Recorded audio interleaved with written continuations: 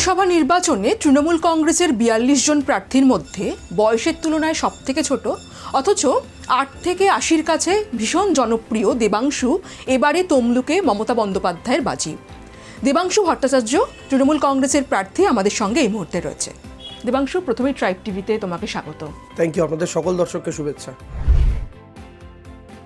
প্রতিপক্ষ মাঠে নামার আগেই তুমি মাঠে রয়েছো অনেক দিন ধরেই, এটা তোমার কাছে মানে অ্যাডভান্টেজ না ডিসঅ্যাডভান্টেজ?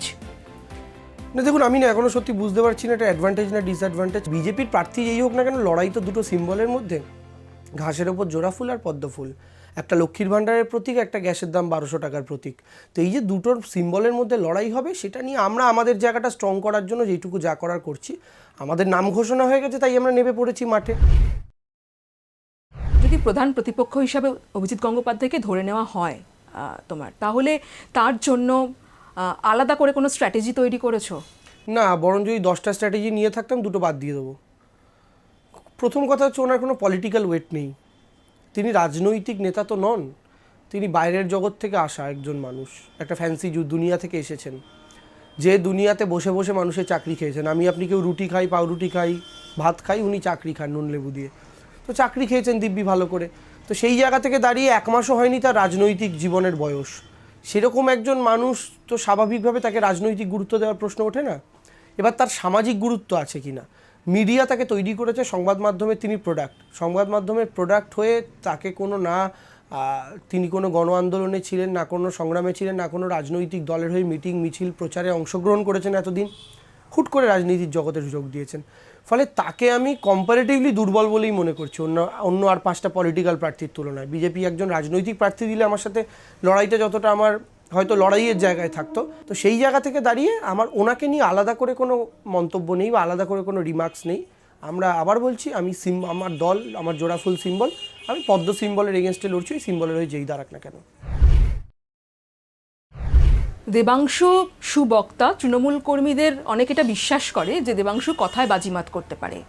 অভিজিৎ গঙ্গোপাধ্যায়কে নিয়ে আলাদা করে নিজের পারফরমেন্সে বিশেষ কোনো নজর দিচ্ছ, মানে তাকে নিয়ে আলাদা করে ছড়া গান এরকম কিছু বেঁধেছ? দেখুন, কোনো নির্দিষ্ট ব্যক্তিকে নিয়ে ছড়া গান বাঁধলে তাকে গুরুত্ব দেওয়া হয়ে যায়।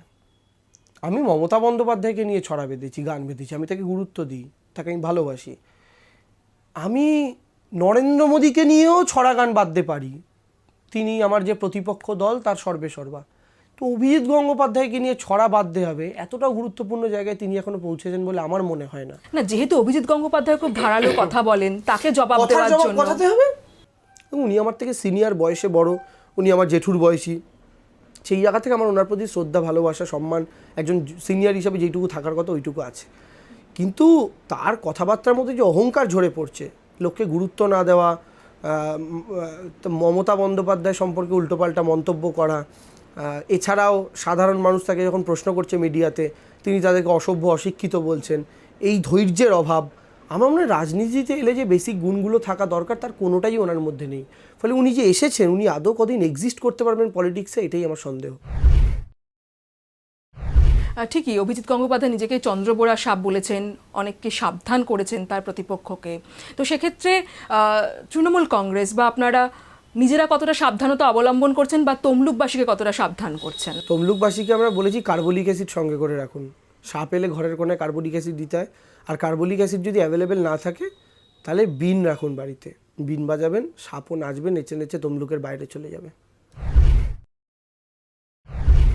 অভিজিৎ গঙ্গোপাধ্যায়ের কোনো রাজনৈতিক অভিজ্ঞতা নেই, কিন্তু বিচারপতি হিসেবে তিনি যা রায় দিয়েছেন, অনেকের কাছে তিনি ভগবান, অনেকে তাকে ভগবানের আসনে বসিয়েছেন।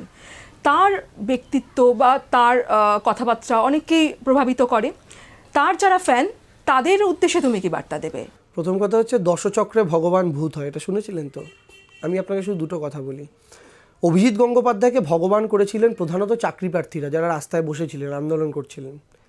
সেই রাস্তায় বসে থাকা চাকরি প্রার্থী আন্দোলনকারীদেরই অভিজিৎ গঙ্গোপাধ্যায় নাটুকে বলে কটাক্ষ করেছেন।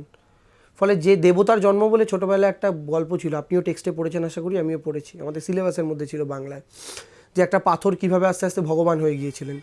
তো সেভাবেই অভিজিৎ গঙ্গোপাধ্যায়কে একদল মানুষ যারা চাকরি প্রার্থী তারা ভগবান বানিয়েছিলেন। আজকে তাদের কাছে ক্যামেরাটা নিয়ে গিয়ে জিজ্ঞেস করুন যে অভিজিৎ গঙ্গোপাধ্যায় সম্পর্কে তাদের বক্তব্যটা কী। ফলে অভিজিৎ গঙ্গোপাধ্যায় যাদের কাছে ভগবান ছিলেন তারাই আর থেকে ভগবান বলে মান্যতা দিচ্ছেন না। ফলে স্বাভাবিকভাবেই আর একাংশ মানুষ যাদের কাছে তিনি ভগবান তারা হচ্ছেন বিজেপি কর্মী। এর বাইরে আর কোনো মানুষ তাকে ভগবান বলে মনে করেন না।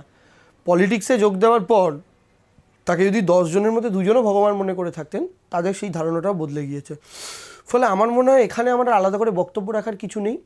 তার বিচারপতি হিসেবে অভিজ্ঞতা, হ্যাঁ, এখন যদি এটা হতো যে হাইকোর্টের বার অ্যাসোসিয়েশনের লড়াই হচ্ছে, সেখানে অভিজিৎ গাঙ্গুলি ভোটে দাঁড়িয়েছেন আর আমি দেবাংশু হিসেবে যাচ্ছি, আমি বলতাম আমি ভোটে হারবো, কারণ হাইকোর্টটা ওনার এলাকা, ওটা আমার এলাকা নয়।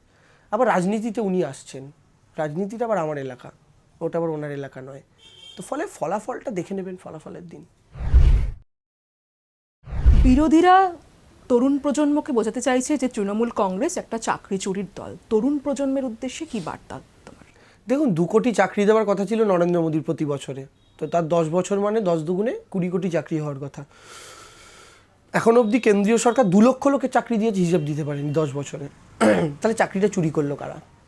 পশ্চিমবঙ্গের ক্ষেত্রে অভিযোগ উঠেছে কিছু মানুষ দুর্নীতি করে চাকরি পেয়েছেন, তার বদলে রাজ্য সরকারের তরফ থেকে যেখানে যা রেক্টিফিকেশান করে প্যানেল প্রকাশ করা, নতুনদের অ্যাকোমোডেট করা, সেটা করার চেষ্টা চলছে। সমস্ত সিস্টেমের মধ্যে কিছু গলদ থাকে, তো যদি সব জগতে খারাপ মানুষ থাকতে পারে, হোয়াই নট ইন পলিটিক্স? পলিটিক্সেও 10 জনের মধ্যে 2 জন খারাপ, সেই 2 জন মানুষ এরকম চাকরি নিয়ে বিক্রি বাট্টা করার চেষ্টা করেছেন, কিন্তু আমাদের দল কি সেটা রেয়াত করেছে? আমরা কি পার্থ চট্টোপাধ্যায়কে দলে রেখেছি, কুন্তলকে দলে রেখেছি, শান্তনুকে দলে রেখেছি? Answer is no. বিজেপির ভারতবর্ষের মধ্যে সবচেয়ে বড় পরীক্ষা এবং নিয়োগ দুর্নীতি হচ্ছে ভ্যাপম স্ক্যাম, যেটা মধ্যপ্রদেশে ঘটেছিল, যার মূল মাথাই বলা হয় শিবরাজ সিং চৌহানকে। তো বিজেপি তো তাকে অ্যারেস্ট করেননি, বরং তাকে এতদিন মুখ্যমন্ত্রী রেখেছিলেন, এইবার অন্য একজন মুখ্যমন্ত্রী হয়েছেন। অ্যারেস্ট করা তো দূরের কথা, ইডি সিবিআই একবার ডেকে পর্যন্ত পাঠাননি। এছাড়াও বিজেপির প্রত্যেকটা শাসিত রাজ্য, উত্তরপ্রদেশ, মধ্যপ্রদেশ, এই মুহূর্তে রাজস্থানে ক্ষমতায় আসার পরেই অভিযোগ উঠে গেছে চাকরির বিভিন্ন পরীক্ষা নিয়ে। এই মুহূর্তে দাঁড়িয়ে কোন কোন ভুলগুলো তৃণমূল কংগ্রেসের, যেগুলো মনে হয় শুধরে নিলে আর কেউ অভিযোগের আঙুল তুলতে পারবে না? একটা বৃহত্তর ভুল আমি মনে করি, সেটা হচ্ছে মানুষ চিনতে পারার ভুল। আমরা মানুষ চিনতে পারিনি, আমরা শুভেন্দু অধিকারীকেও যেমন চিনতে পারিনি, আমরা পার্থ চট্টোপাধ্যায়কেও চিনতে পারিনি। মানুষ চেনার ভুল তো হয়। আজকে আমাদের ব্যক্তিগত জীবনেই কি আমাদের বন্ধুবান্ধব চিনতে ভুল হয় না? আত্মীয় স্বজনদের চিনতে ভুল হয় না?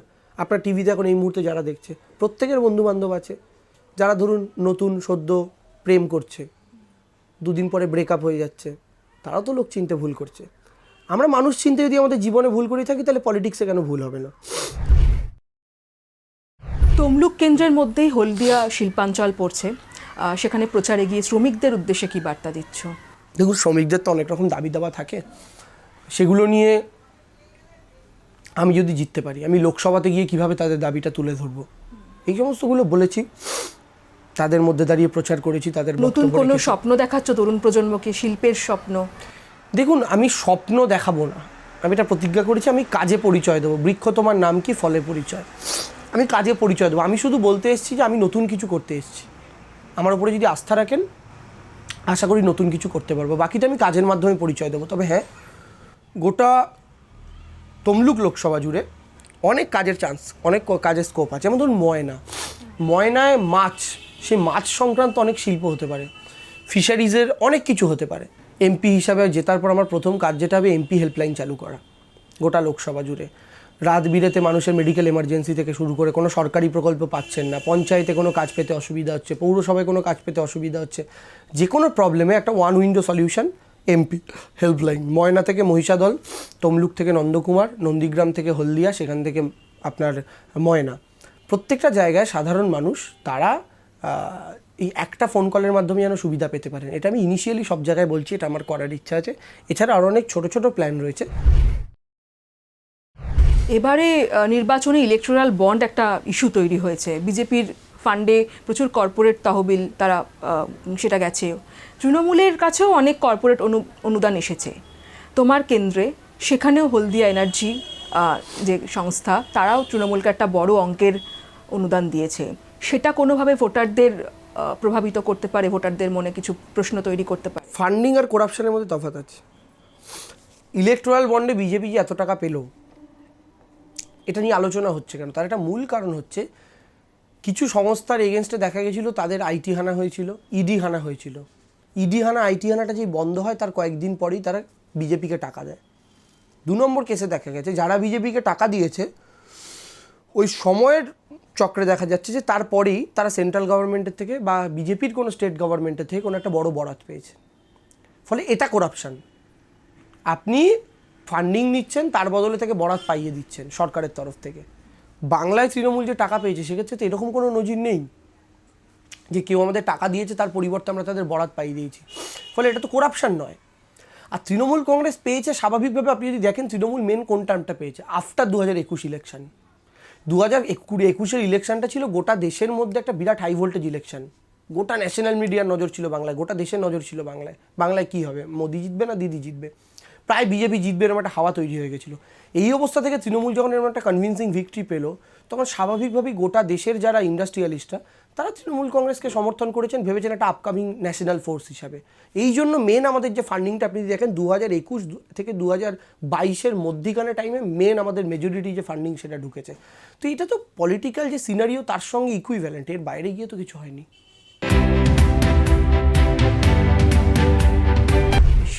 আমরা তমলুকের মাটি জানি, সেখানে তারা ইংরেজদের বিরুদ্ধে লড়াই করেছে। নন্দীগ্রামেও দেখেছি আমরা তারা শাসকের বিরুদ্ধে লড়াই করেছে। নন্দীগ্রাম এই কেন্দ্রের মধ্যেই পড়ছে। সেখানে প্রচারে যাচ্ছ, কীরকম ভাইবস পাচ্ছ? আর মনে হচ্ছে কি যে এবারে যেহেতু কেন্দ্রের বিরুদ্ধে লড়াই, তুমি বারবার তোমার বক্তব্যে তুলে ধরছো যে এবারে বিজেপি ব্যাটিং করছে, তোমরা বোলিং করছো বা ফিল্ডিং করছো, সেখানে নন্দীগ্রামের মানুষকে তোমরা পাশে পাবে? আমি আশাবাদী পাশে পাবো, কারণ নন্দীগ্রাম তো চিরকাল প্রতিবাদ করে এসছে। এক্ষেত্রে নন্দীগ্রাম প্রতিবাদ করবে বলেই আমার ধারণা। এবং নন্দীগ্রাম থেকে লিড নিয়ে আমি এটা প্রমাণ করতে চাই মমতা বন্দ্যোপাধ্যায় 21-এ হারেননি, তাকে হারানো হয়েছিল। এটা আমার প্রথম লক্ষ্য। এবং আমি দলের কাছে খুব কৃতজ্ঞ আমাকে তমলুকের মতো একটা জায়গা দেওয়ার জন্য, যার ঐতিহাসিক গুরুত্ব। তাম্রলিপ্ত জাতীয় সরকার যেখানে গঠিত হয়েছিল, সতীশ সামন্তদের মতো মানুষ যে মাটির, মাতঙ্গিনী হাজরার মতো মানুষ যে মাটির, ওই 71-72 বছর বয়সেও জাতীয় পতাকা দোলাতে দোলাতে ব্রিটিশদের গুলি খেয়ে লুটিয়ে পড়েছিলেন, মানে আমাদের ঠাকুমাদের দিদিমাদের বয়সী। সেরকম টাইমে দাঁড়িয়েও এই আন্দোলন, এই জেদ, এরকম মানুষজনদের মাটি, সেই মাটিতে আমাকে লড়তে পাঠানো হয়েছে। ফলে এটা আমার কাছে একটা বিরাট বড় পাওনা। তার উপরে আমার লোকসভার অধীনে আপনি যেন বললেন নন্দীগ্রাম তৃণমূল কংগ্রেসের যে রাজনৈতিক ইতিহাস, তাই তো একটা গুরুত্বপূর্ণ জায়গা সবসময় দখল করে রাখে। সেরকম একটা জায়গাকে রিপ্রেজেন্ট করবো আমি, এটা আমার কাছে বিরাট বড় পাওনা। আমি কাইন্ড অফ বলতে পারেন ঘোষণার পর ইমোশনালও হয়ে গিয়েছিলাম। ফলে আমি আশাবাদী, নন্দীগ্রাম থেকে মহিষাদল, ময়না থেকে নন্দকুমার, তমলুক থেকে হলদিয়া, আমি মানুষের আশীর্বাদ পাবো। 21-এর নির্বাচনে ফলাফল বেরোনোর পর মমতা বন্দ্যোপাধ্যায় যখন হেরে গেলেন, তারপরে তৃণমূল কংগ্রেস বারবার দাবি করেছে যে লোডশেডিং করে তাকে হারানো হয়েছে। এবারে এরকম কিছু হওয়ার আশঙ্কা থেকে তোমরা আলাদা করে আগে থেকে কোনো সতর্কতা অবলম্বন করছো? দেখুন, শুভেন্দু যেখানে আশঙ্কা আছে, বাট আশঙ্কা আছে, আমাদের প্রিকশনও আছে, আশঙ্কা আছে, আমাদের প্রস্তুতিও আছে। এবার ওনাকে ফাঁকা মাঠে তো ওরমভাবে করতে দেওয়া যাবে না। গতবার আমাদের কোথাও কমিউনিকেশন এরর, সেই জন্য উনি সুবিধাজনকভাবে এটা করে নিতে পেরেছিলেন। এইবার আমরা যে সেট আপ তৈরি করছি, আমাদের ধারণা শুভেন্দুবাবু এবার ওই কাজ আর করতে পারবেন না আগের মতো। সেই জায়গা থেকে আমরা অনেক সতর্ক। 21-এর থেকে আমরা শিক্ষা নিয়েছি।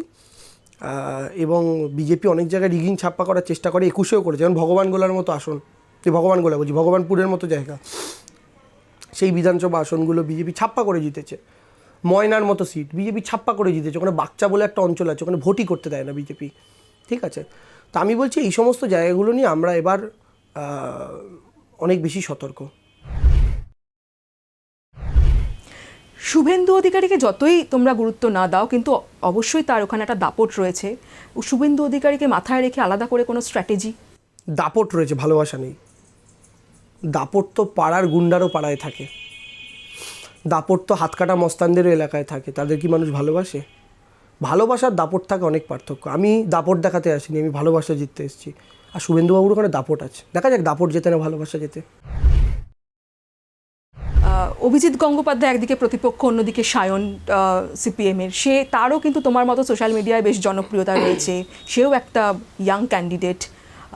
সায়নকে নিয়ে কি বক্তব্য তোমার? খুব ভালো, আমি অভিনন্দন জানাই সিপিএম যে আলটিমেটলি ইয়ং জেনারেশনকে মাঠে নামাচ্ছে। আমি খুব খুশি। দেখুন, তৃণমূল ক্ষমতায় থেকে নামায়, আর সিপিএম ক্ষমতা থেকে চলে যাওয়ার পর মাথা চুলকে যখন ভাবে এবার কি করা যায়, তখন ওদেরকে বলির পাঠা করে। কিন্তু আলটিমেটলি যে সিপিএম ভেবেছে, বেটার লেট দ্যান নেভার, খুব ভালো। সায়নকে আমার শুভেচ্ছা, ভালো করে ভোটে লড়ুক, ভালো অঙ্কের ভোট পাক। এবং সায়নের কাছে আমার ব্যক্তিগত আবেদন থাকবে যে ভাই সায়ন, তুমি দয়া করে তোমার জামানতটা বাঁচিও। তোমার জামানত বাঁচানোটা খুব প্রয়োজন তমলুকের জন্য। এবং বামপন্থীদের কাছে আমার অনুরোধ থাকবে, দয়া করে আপনারা আপনাদের ভোটটা বিজেপিকে না দিয়ে আপনারা আপনাদের পার্টিকে ভোটটা দিন। তৃণমূলকে যদি মনে করেন দেবেন না তাহলে, আর না হলে তো আমি সবসময় আছি আপনাদের সন্তানের মতো, আমাকে দিতেই পারেন, নিরাশ হবেন না। কিন্তু আমাকে যদি মনে করেন দেবেন না, তাহলে বামপন্থীরা আপনাদের ভোটটা বামপন্থীদেরই দিন, বিজেপিকে দয়া করে দেবেন না, এটা অনুরোধ থাকবে।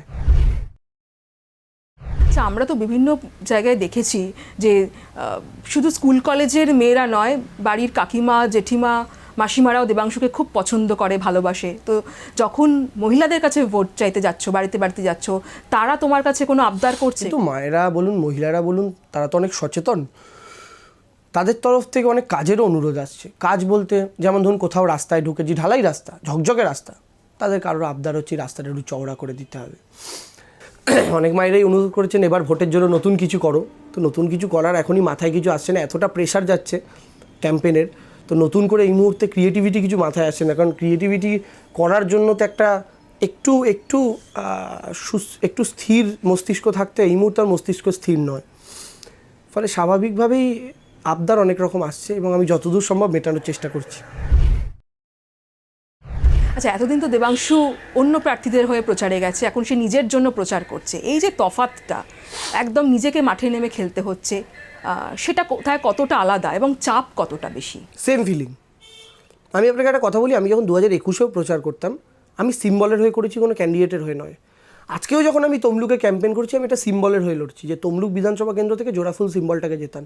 ঘটনাচক্রে এবার প্রার্থী আমি, বাট বিশ্বাস করুন আমার প্রচারে, আমার এনার্জিতে কেউ 2021-এর সাথে কোনো তফাৎ খুঁজে পাবেন না।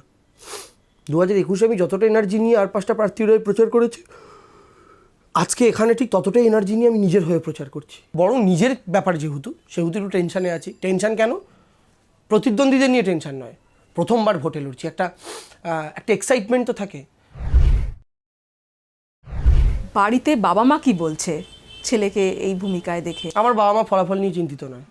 আমার বাবা মায়ের একটাই কথা, কী রেজাল্ট হবে আমরা জানতে চাই না, তুই ভোটে লড়ছিস, দল তোকে টিকিট দিয়েছে, সুযোগ দিয়েছে, আমরা এটাতেই খুশি, ওরা এটাতেই আনন্দিত। ওদের কাছে টিকিট, মানে আমার ইলেকশানে কন্টেস্ট করাটাই ওদের কাছে চিয়ার করার মতো বিষয়। ফলাফল নিয়ে ওরা কেউ চিন্তিত নয়। বন্ধু বান্ধবরা কি বলছে?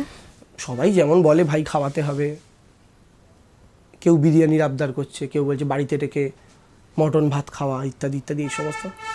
আমি বললাম ভাই জেতার পর খাওয়াবো, কারণ যতক্ষণ, আমি সবাইকে বলেছি, আমি আপনাদের অভিনন্দন, যারা টিকিট পাওয়ার পর আমি অভিনন্দন জানিয়েছি, আমি প্রত্যেককে বলেছি অভিনন্দনটা এখন নিচ্ছি না, অভিনন্দনটা জেতার পর নেব। অভিষেক বন্দ্যোপাধ্যায় কোনো সাজেশন দিয়েছে আলাদা করে? অনেক, প্রতি মুহূর্তে দিচ্ছেন।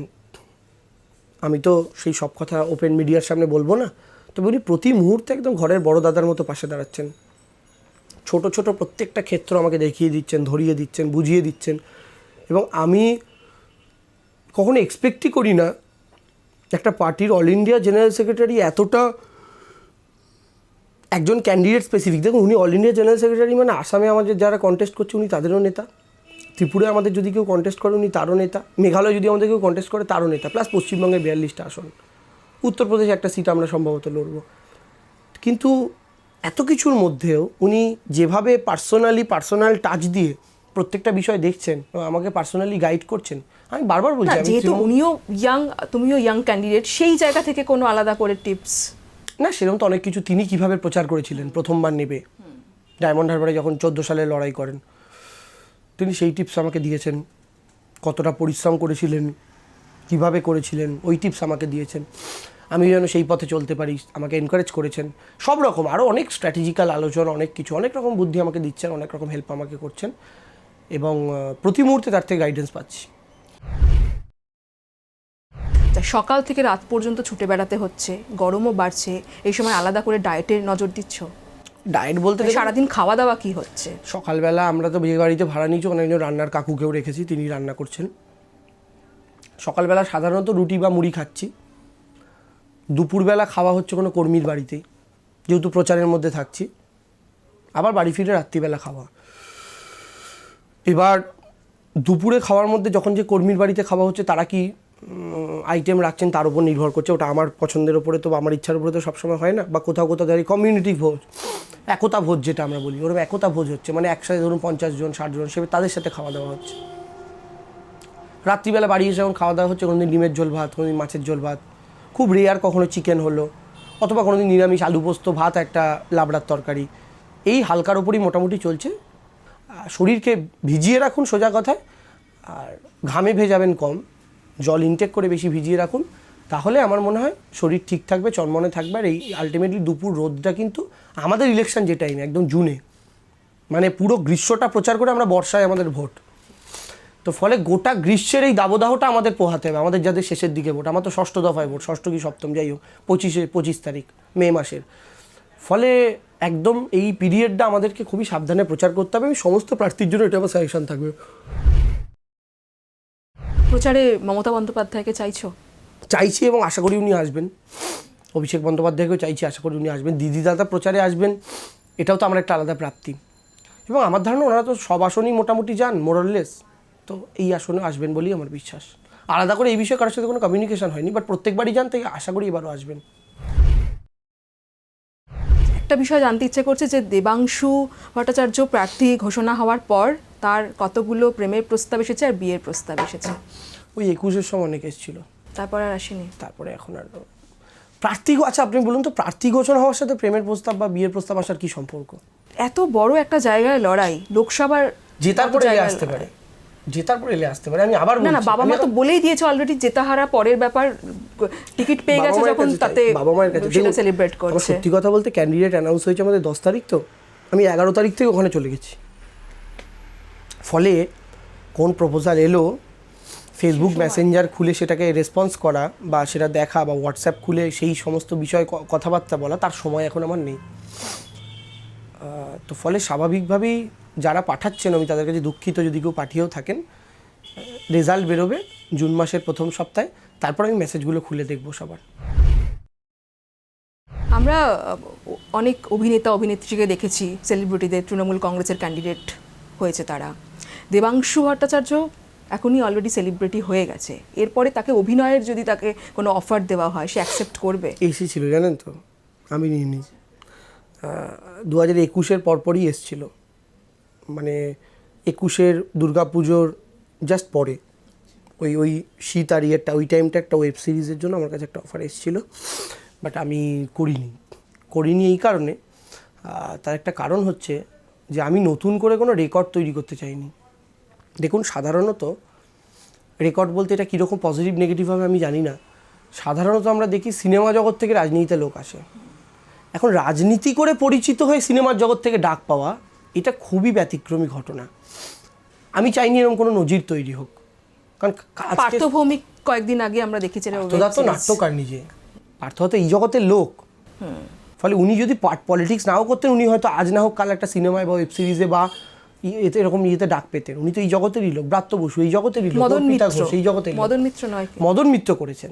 হ্যাঁ, ও লাভলি বলে সম্ভবত একটা সিনেমা করেছেন, সেখানে উনি একটা ইয়ে করেছেন, কোথায় একটা দিলাম পুলিশ অফিসারের রোল প্লে করেছেন।